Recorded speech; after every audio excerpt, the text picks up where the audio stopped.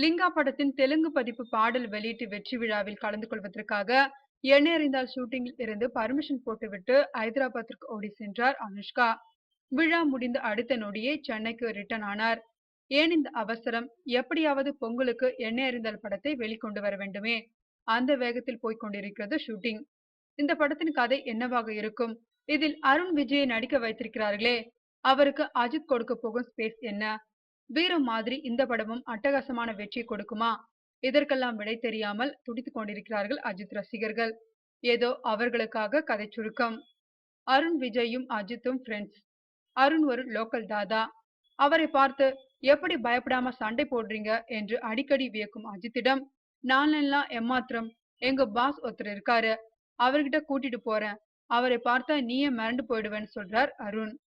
சொன்னபடியே ஒரு நாள் அழைத்தும் போகிறார் அருண் விஜய். அருண் விஜயின் பாஸ், அதாவது அவரது தலைவனை கண்டதும் அவனை ஷூட் பண்ணுகிறார் அஜித். உடனடியாக அருண் விஜயும் கைது செய்யப்படுகிறார். ஏனென்றால் அஜித் ஒரு போலீஸ் அதிகாரி. அதுவரை அஜித் போலீஸ் அதிகாரி என்பதை அறியாமல் பழகிய அருண் விஜய் ஷாக் ஆகுகிறார். அதற்கு புறம் சிறையில் இருந்து வெளியே வரும் அருண், அஜித்தின் முன்னாள் காதலியும் விதவையுமான த்ரிஷாவை கொன்றுவிட்டு சவால் விடுகிறார். இன்னும் நான் கொல்ல வேண்டியது 2 பேர் பாக்கி இருக்கு. ஒன்னு த்ரிஷாவின் குழந்தை, இன்னொன்று உன் தோழி அனுஷ்கா. முடிஞ்சா தடுத்துக்கோ என்று அஜித்திடம் முஷ்டியை உயர்த்துகிறார். இறுதியில் அருண் விஜயிடமிருந்து அனுஷ்காவையும் குழந்தையும் காப்பாற்றினாரா? அருணிடம் நேருக்கு நேர் மோதி இறுதியில் அஜித் வெல்வாரா என்பதுதான் கதையின் முடிவு.